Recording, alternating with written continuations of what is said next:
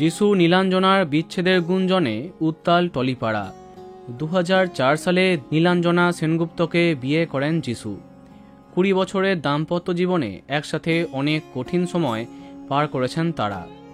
যিশু নীলাঞ্জনা টলিপাড়ার অন্যতম perfect couple, কিন্তু হঠাৎ তাদের মধ্যে বিচ্ছেদের খবরে মন প্রচণ্ড খারাপ তাদের দর্শকদের।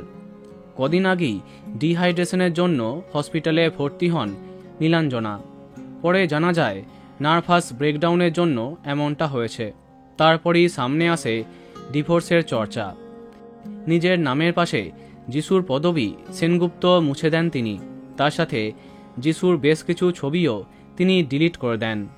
সম্প্রতি মাকে হারিয়েছেন নীলাঞ্জনা। স্বামীর সাথেও বিবাদের গুঞ্জন।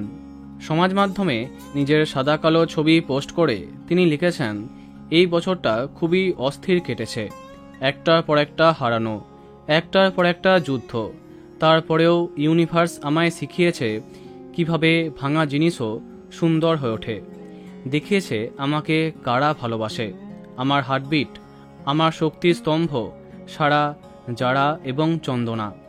বলা বাহুল্য, 2 মেয়ে এবং বোনের নাম নিলেও যিশুর নাম নেননি তিনি। এই পোস্টে সারা লিখেছেন, তোমার জন্য আমার গর্ব হয় মা।